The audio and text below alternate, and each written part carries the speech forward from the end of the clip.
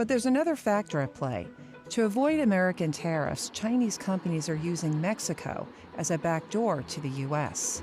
With what you're moving within Mexico itself, the finished product, how much of those Chinese goods actually stay in Mexico, and how much, roughly, do you think those Chinese products come here to the United States? China's quietly reshaping the balance of power right under America's nose, and the battleground is Mexico. While the US leans on tariffs and threats, Mexico welcomes China's investments that build factories, railways, and power plants, critical pieces of its economic future. The secret partnership could shift global trade in ways the US never saw coming. The question is, can America stop it before it's too late? The North American Free Trade Agreement was born in the early 1990s with high hopes and ambitious goals. It was meant to bring the United States, Canada, and Mexico closer together by creating a massive free trade zone. The promise of NAFTA was straightforward: boost trade, create jobs, and drive economic growth for all three countries. The idea was that by eliminating tariffs and reducing trade barriers, businesses would thrive, goods would move freely, and everyone would benefit. At first glance, it seemed like a win-win situation.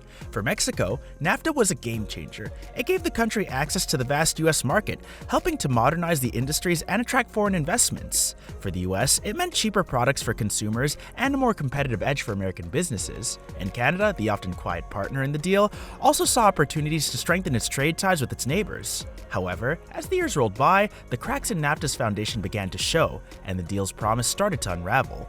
One of the biggest criticisms of NAFTA came from within the US. Instead of creating jobs, many Americans believed it had done the opposite. Factories closed as companies moved their operations to Mexico, where labor was cheaper.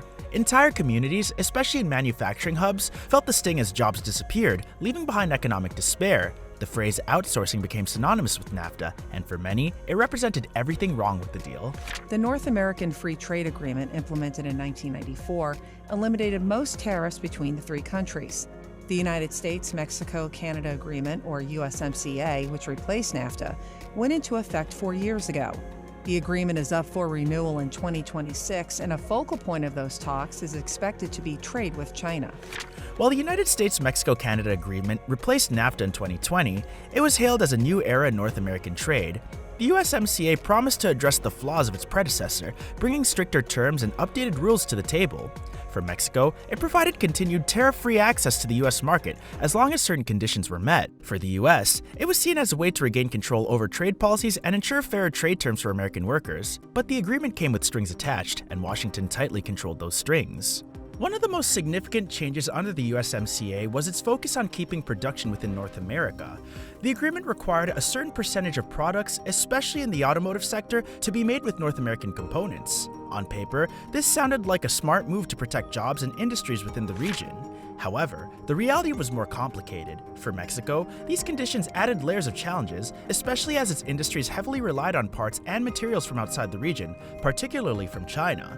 Trump's trade policies made things even more challenging. His decision to impose tariffs on Chinese imports created a ripple effect that reached far beyond China. Mexico, which imports many components from China for its factories, suddenly found itself caught in the middle. The cost of manufacturing in Mexico rose, and competitiveness in the US market took a hit. For industries like automotive and electronics, which are vital to Mexico's economy, the added costs threatened to disrupt supply chains and reduce profits. China's role in Mexico's economy has grown significantly over the past decade, and its investments are leaving a profound impact on several key sectors. For a country like Mexico, which has traditionally relied on its trade relationships with the US, China's economic footprint offers an alternative path to growth and modernization. It's a dynamic that's reshaping Mexico's economy and creating new opportunities. The automotive industry is one of the most visible examples of China's influence in Mexico. Chinese companies such as electric vehicle manufacturer BYD have established operations there, building factories to produce vehicles not only for Mexico, but also for export markets, including the US. These factories bring advanced Chinese technology and create jobs, giving Mexico an edge to an industry that's highly competitive. Beyond cars, Chinese investments are also transforming other industries like manufacturing, electronics, and consumer goods, helping Mexico maintain its position as a global manufacturing hub. Infrastructure is another area where China has made a significant mark. For railways to power plants and telecommunications networks, Chinese firms are involved in projects that connect Mexico to the global economy. These developments aren't just about building things. Do you think that it's possible that Mexico could be removed from the USMCA, or CUSMA as we call it? Well, I don't know, we're back to the future. I think we had this conversation, 6 years ago, Yep. when USMCA was being renegotiated, same issues. They're about improving Mexico's ability to trade and compete on an international scale. For instance, modern railways funded by China help streamline the movement of goods, while telecommunications projects expand Mexico's digital infrastructure. These improvements make Mexico more attractive to foreign investors and help sustain its economic growth. Chinese investments matter because they address gaps in Mexico's economy. Mexico often lacks the capital and technology needed to compete with more developed nations, and China steps in to fill those gaps. This partnership brings stability and predictability, something that's been harder to find in its relationship with the US. For example, while the US imposes tariffs or renegotiates trade deals, China's approach is focused on long-term investment and collaboration. This creates a sense of economic security that is crucial for a country like Mexico, which is balancing between two superpowers. Mexico's geographical location and historical ties make it heavily dependent on the United States. But the rise of China as a global economic powerhouse is presenting new opportunities. Navigating this balance between two superpowers is a delicate act, and Mexico is trying to keep both sides happy while pursuing its own economic goals. Proximity to the US has always been Mexico's biggest advantage. Sharing a border with the world's largest economy has tied Mexico and the US together through trade and shared industries. From automotive manufacturing to agriculture, Mexico's economy thrives on access to the US market. The US-Mexico economic relationship is deeply intertwined, with billions of dollars of goods flowing across the border every year. This dependence has made Mexico vulnerable to US policies, such as tariffs and trade agreements, which can have a direct impact on its economy. What are you guys anticipating? Well, I think the table is set. We've seen billions of dollars of foreign direct investment go into Mexico. That will translate into manufacturing facilities and finished goods destined for the United States. On the other hand, China is emerging as a powerful alternative. Through its Belt and Road Initiative, China has been expanding its influence across the globe, and Mexico is becoming an important partner in this strategy.